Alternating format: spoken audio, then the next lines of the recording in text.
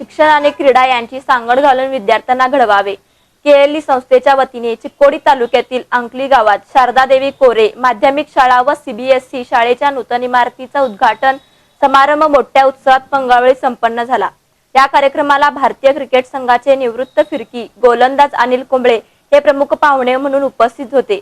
यावेळी व्यासपीठावर मैसूर सुत्तूर मठाचे शिवराणी देशी केंद्र महास्वामीजी, विजापूर ज्ञान योगश्रमाचे सिद्धेश्वर स्वामीजी, साखरमणी प्रकाश हुक्केरी, खासदार सुरेश अंगडी, खासदार डॉक्टर प्रभाकर कोरे, अशोक बागेवाडी स्थानापन्न झाले होते। कार्यक्रमाच्या अध्यक्षस्थानी केएलई संस्थेचे अध्यक्ष शिवानंद कौजलगी होते। प्रारंभी शाळेच्या विद्यार्थ्यांनी स्वागत केले। त्यानंतर मान्यवरांच्या हस्ते दीप प्रज्वलन करण्यात आले।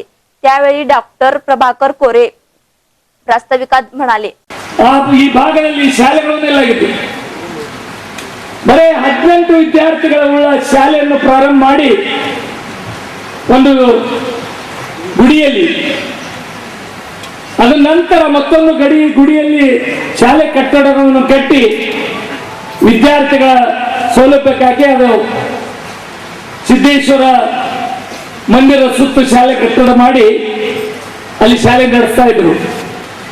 ವಿದ್ಯಾರ್ಥಿಗಳ ಸಂಖ್ಯೆ ಹೆಚ್ಚಿರು ನಾವು ಕೇಳ್ತಾ ಇದ್ದೇವೆ 12 ವಿಕೆಟ್ನಲ್ಲಿ 11 ವಿಕೆಟ್ ನನ್ನ 69 ರನ್ ಕೊಟ್ಟು ಬರೀ ಅವರಿಗೆ 69ರಲ್ಲಿ 11 ವಿಕೆಟ್ ಗಳಿಸಿದ ವ್ಯಕ್ತಿ ದೇಶದೊಳಗೆ ಯಾರಿದ್ರೆ ಅನಿಲ್ ಕುಂಬ್ಳೆ ಅವರು ಅಂತವ್ರು ನಮಗೆ ಕರೆದಿದ್ದೇವೆ। ಅವ್ರನ್ನ ಯಾಕೆ ಕರೆದಿದ್ದೇವೆ ಅಂದ್ರೆ ಬರೀ ಕ್ರಿಕೆಟರ್ ಅಂತಲ್ಲ, ಈಗ ಕೆಎಲ್ಇ ಜೊತೆಗೆ ಅವ್ರ ಪಾರ್ಟ್ನರ್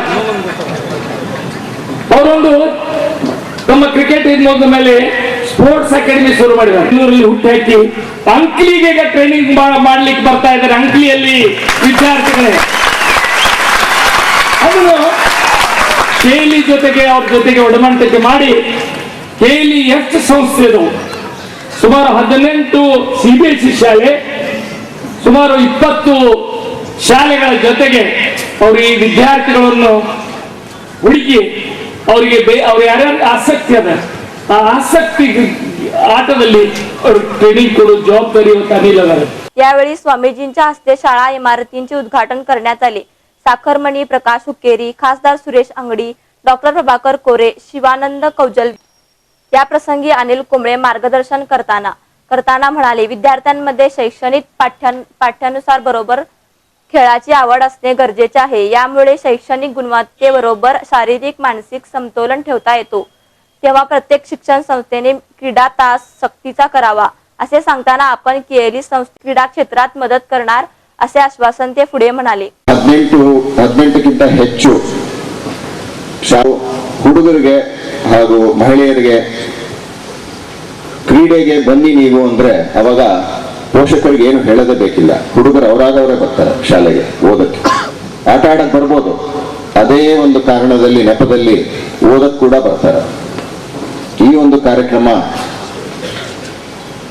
ನಾನದು ಲಿಸ್ಟ್ ಅನ್ನು ನೋಡಿದೆ ಕಾರ್ಯಕ್ರಮ ಏನು ಅಂತ, ಎಲ್ಲರಿಗೂ ಪಕ್ಕದಲ್ಲಿ ಎಷ್ಟು ನಿಮಿಷ ಮಾತಾಡಬೇಕು ಅಂತ ಇತ್ತು, ನನಗೆ ಜಾಸ್ತಿ ಇರಲಿಲ್ಲ, ಅಲ್ಲೇನೂ ಇರಲಿಲ್ಲ। ಬಹುಶಃ ನಾನು ತುಂಬಾ ಮಾತಾಡಲ್ಲ, ಅದಕ್ಕೋಸ್ಕರ ಅಲ್ಲಿ ಏನು ಇರಲಿಲ್ಲ ಅನ್ಸುತ್ತೆ, ಎಷ್ಟು ಮಾತಾಡ್ತಾರೆ ಇವರು ಅಂತ।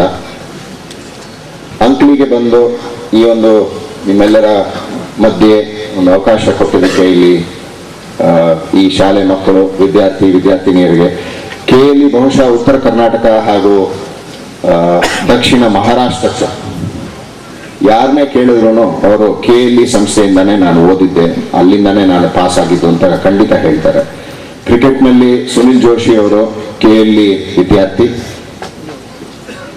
ಈ ಒಂದು ಯೋಜನೆಯಿಂದ ಸ್ಪೋರ್ಟ್ ಬರೀ ಕ್ರಿಕೆಟ್ ಒಂದೇ ಅಲ್ಲ, ಹೌದು ಜನಪ್ರಿಯ ಭಾರತದಲ್ಲಿ ಕ್ರಿಕೆಟ್ ಅಂದ್ರೆ ಎಲ್ಲರೂ ಯಾವುದೋ ಒಂದು ಸಮಯದಲ್ಲಿ ಆಡಿದ್ದಾರೆ, ಆಟ ಆಡಿರ್ತಾರೆ, ಬರೀ ಕ್ರಿಕೆಟ್ ಒಂದೇ ಅಲ್ಲ ಪ್ರೋತ್ಸಾಹ, ಅವ್ರು ಹೇಳ್ದಂಗೆ ಟೇಬಲ್ ಟೆನ್ನಿಸ್, ಬಾಸ್ಕೆಟ್ಬಾಲ್, ಹಾಕಿಗೂ ಒಂದು ಕ್ರೀಡೆ ಆಡಿದ್ರೆ ಬರೀ ಒಂದು ಉನ್ನತ ಮಟ್ಟದಲ್ಲಿ ಆಡಬೇಕು ಅಂತ ಒಂದು ಆಸೆ ಇರಬಾರ್ದು। ಯಾಕಂದ್ರೆ ಎಲ್ಲರೂ ಭಾರತವನ್ನ ಅಥವಾ ರಾಜ್ಯವನ್ನ ಪ್ರತಿನಿಧಿಸಬೇಕು ಅಂತ ಆಗಕ್ಕಾಗಲ್ಲ। ಯಾಕಂದ್ರೆ ಕ್ರಿಕೆಟ್ ಆಡಬೇಕು ಅಂದ್ರೆ ಬರೀ 11 ಜನ ಮಾತ್ರ ಆಡಕ್ಕಾಗದು, ಅಥವಾ 15 ಜನ ಒಂದು ಟೀಮ್ ನಲ್ಲಿ ಇರಬಹುದು।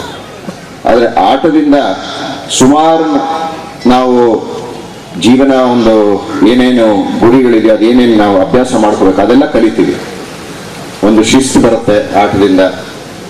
ಆಮೇಲೆ ಓದಲು ಶಿಸ್ತು ಬರುತ್ತೆ. ಇವಾಗ ಸ್ಕೂಲಲ್ಲಿ ಹೇಗೆ ನಾವು ಬೆಳಗ್ಗೆಯಿಂದ ಸಾಯಂಕಾಲದವರೆಗೂ ನಿಮ್ಗೆ ಇಷ್ಟ ಇದೆಯೋ ಇಲ್ವೋ ಆ ಟೈಮಿಂಗ್ ಅಂತ ಒಂದು ಇದೆಯೋ ಶಿಸ್ತು, ಆ ಶಿಸ್ತಿನಿಂದ ನಮಗೆ ಮುಂದಕ್ಕೆ ಒಂದು ಫೌಂಡೇಶನ್ ಆಗಿ ಅದು ಮುಂದಕ್ಕೆ ಖಂಡಿತ ಅದು ಅನುಭವ ನಮಗೆ ಕೊಡುತ್ತೆ. ಅದೇ ರೀತಿಯಲ್ಲಿ ಆಟದಲ್ಲೂ ಕೂಡ ನೀವು ಶಿಸ್ತಿನಿಂದ ಒಂದು ಅಭ್ಯಾಸ ಮಾಡಿದ್ರೆ ಮುಂದಕ್ಕೆ ಅದು ಮಕ್ಕಳಿಗೆ ನಾ ಹೇಳ್ತಾ ಇರೋದು ಅವ್ರಿಗೆ ಖಂಡಿತ ಒಂದು ಒಳ್ಳೇದಾಗತ್ತೆ ಅಂತ ನನ್ನ ಅನಿಸಿಕೆ. चिक्कोडी शैक्षणिक जिल्हा हा राज्यात अग्रेसर म्हणून ओळखला जातो. प्रत्येक वर्षी SSLC पाहिजेत या जिल्ह्यातील विद्यार्थी मोठ्या संख्येत पास होत आहेत. त्यावेळी येथील शिक्षण संस्था व शाळा चांगल्या पद्धतीने चालविण्यात जात आहेत. याबद्दल सरकार मंत्री प्रकाश हुक्केरी आपले मनोगत व्यक्त करताना ಅವರ ಜೊತೆ ನಾವು ಸತತವಾಗಿ ಕೆಲಸ ಮಾಡಿದ್ದೇವೆ. ಆದರೆ ಯಾವಾಗಲೂ ಶಿಕ್ಷಣ ಸಂಸ್ಥೆ ಬೆಳಿಬೇಕು, ಒಂದು ಮಕ್ಕಳಿಂದ ಒಂದು ಏನು ವಿಚಾರ ಇಟ್ಟುಕೊಂಡು ಇವತ್ತು ಮೆಡಿಕಲ್ ಕಾಲೇಜ್ ತೆಗೆದಿದ್ದಾರೆ, ಇಂಜಿನಿಯರಿಂಗ್ ಕಾಲೇಜ್ ತೆಗೆದಿದ್ದಾರೆ. ಇವತ್ತು ತಮ್ಮ ಊರಾದ ಸ್ವಂತ ಊರಾದ ಒಂದು ಕೇಂದ್ರ ಸರ್ಕಾರದ ಒಂದು ನಮ್ಮ CBSE ಒಂದು ಹೈಸ್ಕೂಲನ್ನು ಕೂಡ ಪ್ರಾರಂಭ ಮಾಡಿದ್ದಾರೆ. ಅವ್ರು ಮಾತಾಡುವಾಗ ಹೇಳಿದ್ರು ಅಂಕಲಿ ನಾನು ಹುಟ್ಟೂರು ಅಂತೇಳಿ. ಭಕ್ತನು ಅಂಕಲಿ ಅವ್ರು ಹುಟ್ಟಿದ ರೀತಿ. ಆದ್ರೆ ಪ್ರಭಾಕರ್ ಕೋರಿ ಅವರಿಗೆ ಜಿಲ್ಲಾದಾಗ ಎಲ್ಲ ಹುಟ್ಟೂರ ಇದ್ದಂಗ, ಬರೀ ಅಂಕಲಿ ಅಷ್ಟೇ ಅಲ್ಲ. बेळगाव शहरात लवकरच केएलई संस्थेच्या वतीने स्पोर्ट्स कॉलेज सुरू करणार असल्याची गवाही डॉक्टर प्रभाकर कोरे यांनी यावेळी दिली. अखिल भारतीय विद्यार्थी परिषदेच्या वतीने जिल्हाधिकारी कार्यालयावर निदर्शने. कर्नाटक सरकारच्या शिक्षण खात्याने तसेच खासगी शिक्षण संस्थांनी भरमसाठ फी वाढविल्याने सामान्य विद्यार्थ्यांना शिक्षण घेणे कठीण झाले आहे. त्याचप्रमाणे शाळा सुरू होऊन 6 महिने झाले तरी शाळांमधून पाठ्यपुस्तके वितरित झालेली नाही. त्यामुळे विद्यार्थ्यांचे शैक्षणिक नुकसान होत आहे. याबद्दल बुधवारी अखिल भारतीय विद्यार्थी परिषदेच्या वतीने जिल्हाधिकारी कार्यालयावर जोरदार निदर्शने करण्यात आली. कर्नाटक सरकारने शिक्षणासाठी अनेक सुविधा विद्यार्थ्यांना उपलब्ध करून देण्याचे जाहीर केले आहे, पण सरकारी अधिकारी आणि खासगी शिक्षण संस्था यामध्ये अडकाडी घालत आहेत. देव देतो पण पुजारी काढून घेतो अशी परिस्थिती विद्यार्थ्यांची झाली आहे. शहर कार्यदर्शी कैलास पाटील आपले मत देताना ಕಳೆದ ಅಕಾಡೆಮಿಕ್ ಇಯರ್ ಏನು PUC first year second year college start ಆಗಿದೆ. ಜೂನ್ ಜುಲೈ ಕಾಲೇಜ್ ಸ್ಟಾರ್ಟ್ ಆದಂಥದ್ದು ಇಲ್ಲಿವರೆಗೂ PUC ಫಸ್ಟ್ ಇಯರ್ ಮತ್ತು ಸೆಕೆಂಡ್ ಇಯರ್ ವಿದ್ಯಾರ್ಥಿಗಳಿಗೆ ಸರ್ಕಾರದಿಂದ ಯಾವುದೇ ರೀತಿಯ ಪಠ್ಯ ಪುಸ್ತಕಗಳು ಬಂದಿಲ್ಲ. ಈ ವರ್ಷ ಸಿಲೆಬಸ್ ಚೇಂಜ್ ಆಗಿದೆ, CBSE ಸಿಲೆಬಸ್ ಆಗಿದೆ ಅಂತೇಳಿ ಕಳೆದ ವರ್ಷ ಹೇಳಿದ್ರು ಸಹ ಸರ್ಕಾರ ಒಂದು ಕುಂಭಕರ್ಣ ಏನು ನಿಧಿ ಅಂತೀವಲ್ಲ, ಇನ್ನೂ ಆ ನಿಧಿಯೊಳಗೆ ಐತಿ ಇವತ್ತು ಸರ್ಕಾರ. ಎಂಥ ಹೋಪ್ಲೆಸ್ ಸರ್ಕಾರ ಅಂದರೆ ಇನ್ನು 2 ತಿಂಗಳೊಳಗೆ ಇವರು ಹಾಫ್ ಇಯರ್ ಎಕ್ಸಾಮ್ ಬರುತ್ತೆ. ಹಾಫ್ ಇಯರ್ ಎಕ್ಸಾಮ್ ಸಹ ಅವ್ರಿಗೆ ಮನವರಿಕೆ ಇಲ್ಲ. ಇವರೆಲ್ಲ ಟರ್ನಿಂಗ್ ಪಾಯಿಂಟ್ PUC ಅಂತ ವಿದ್ಯಾರ್ಥಿಗಳದು PUC ಸೆಕೆಂಡ್ ಇಯರ್ ಸೈನ್ಸ್ ವಿದ್ಯಾರ್ಥಿಗಳು ಪಠ್ಯ ಪುಸ್ತಕ ಬಂದಿಲ್ಲ ಅಂದರೆ ಸರ್ಕಾರಕ್ಕೆ ಮತ್ತು ಶಿಕ್ಷಣ ಸಚಿವರಿಗೆ ಒಂದು ನಾಚಿಕೆ ಆಗಬೇಕು. ಅದೇ ರೀತಿಯಾಗಿ CET ಶುಲ್ಕ ಇವತ್ತು ರಾಜ್ಯಾದ್ಯಂತ ಏನೋ ಕನಸು ಕಂಡಂತಹ ವಿದ್ಯಾರ್ಥಿಗಳು, ನಾನು ಮೆಡಿಕಲ್ ಹೋಗ್ಬೇಕು ಇಂಜಿನಿಯರಿಂಗ್ ಹೋಗ್ಬೇಕಂತ ಕನಸ್ಕೊಂಡಂತ ವಿದ್ಯಾರ್ಥಿಗಳು ಇವತ್ತು CET ಶುಲ್ಕನ ಸರ್ಕಾರ ಭರಿಸಲ್ಲ ಅಂತ ಹೇಳಿತ್ತು. ಆದರೆ ಇವತ್ತು ಸರ್ಕಾರ ಮಲ್ಕೊಂಡ್ಬಿಟ್ಟಿದೆ. ಆದರೆ ಕಾಲೇಜ್ಗಳು ಮ್ಯಾನೇಜ್ಮೆಂಟ್ಗಳು ಹೆಚ್ಚುವರಿ ಶುಲ್ಕನ ಭರ್ತಿ ಮಾಡ್ಕೊಳ್ತಾ ಇದೆ. ಸರ್ಕಾರ ಏನ್ ಮಾಡ್ತಾ ಇದೆ? ಇವತ್ತು ರಾಜ್ಯಾದ್ಯಂತ ವಿದ್ಯಾರ್ಥಿ ಪರಿಷತ್ ಕಳೆದ 1 ತಿಂಗಳಿಂದ ಅವೇರ್ನೆಸ್ ಕ್ರಿಯೇಟ್, ಬುಕ್ಸ್ ಬೇಕು ಅಂತ ಅವೇರ್ನೆಸ್ ಕ್ರಿಯೇಟ್ ಮಾಡಿದ್ರು ಸಹ ಇಲ್ಲಿವರೆಗೂ ಸರ್ಕಾರ ಕ್ಯಾರೆ ಅಂತ ಇಲ್ಲ. ಅದಕ್ಕಾಗಿ ಕೂಡಲೇ ಸರ್ಕಾರ ಇದನ್ನು ಸ್ಪಂದಿಸಬೇಕು. ಇಲ್ಲ ಹೋದಲ್ಲಿ ಬರುವಂತ ದಿನಗಳಲ್ಲಿ ನಾವು DC ಆಫೀಸ್ ಎದುರುಗಡೆ ಅಥವಾ ಶಿಕ್ಷಣ ಸಚಿವರು ಬಂದ್ರೆ ಅವರಿಗೆ ಮುತ್ತಿಗೆ ಹಾಕ್ತೀವಿ ಅಂತೇಳಿ ಈ ಸಂದರ್ಭದಲ್ಲಿ ನಾನು ABP ಮುಖಾಂತರ ಎಚ್ಚರಿಕೆ ಕೊಡ್ತಾ ಇದ್ದೀನಿ. कर्नाटक सरकारने चिक्कोडी तालुक्यात खबरदारीची उपाययोजना हाती घ्यावी. गेल्या अनेक वर्षांपासून चिक्कोडी तालुक्यात होणाऱ्या महापुरामुळे नैसर्गिक आपत्ती येऊन करोडो रुपयांचे नुकसान होत आहे. या वर्षी सुद्धा येथे महापूर येण्याची शक्यता आहे. तेव्हा कर्नाटक सरकारने पूर आल्यानंतर उपाययोजना राबविण्याचा केविळवाणा प्रकार करून पूरग्रस्तांना डोळे पुसण्यास नाटक केले आहे. मागील काही वर्षात कर्नाटक सरकारने पूरग्रस्तांसाठी सावण्या तसेच मोफत अन्नधान्य छण घडवून दिलासा होता. पण येथील जनतेची मागणी अशी आहे की पूरग्रस्तांसाठी कायम स्वरूपाची उपाययोजना करून पूरग्रस्तांना या संकटातून कायमचे सोडवावे अशी मागणी या भागातून होत आहे. सध्या तालुक्यातील नदी नाले तुडुंब भरून वाहत आहेत. तेव्हा पुन्हा या भागात महापूर येण्याची दाट शक्यता निर्माण झाली आहे.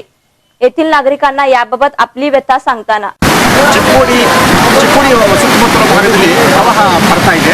ಈಗಾಗಲೇ ಕಲ್ಲೋಳಿ ಮತ್ತು ಮಾಂಜರಿಯ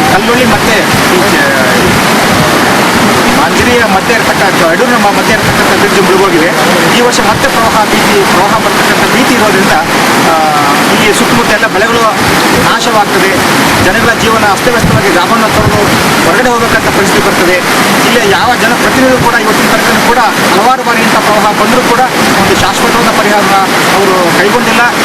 ಮತ್ತೆ ಇಂತಹ ಒಂದು ಅನಾಹುತ ಸಂಭವಿಸೋದಕ್ಕಿಂತ ಮೊದಲು ಇಲ್ಲಿ ಎಲ್ಲದನ್ನು ಸರಿಪಡಿಸಿ ಜನಜೀವನವನ್ನು ಉತ್ತಮ ಮಾಡಬೇಕು. शंकर मोहिते माझं नाव आहे. मी येडूर गावचा रहिवासी आहे. आम्हाला हे ब्रिजवरती जर पाणी आलं ना आम्हाला जायला यायला खूप त्रास होतो. तिथून कल्लोळा जर जायचं झालं तर कमीत कमी 10 ते 12 किलोमीटर असं दूर जावं लागतं आम्हाला.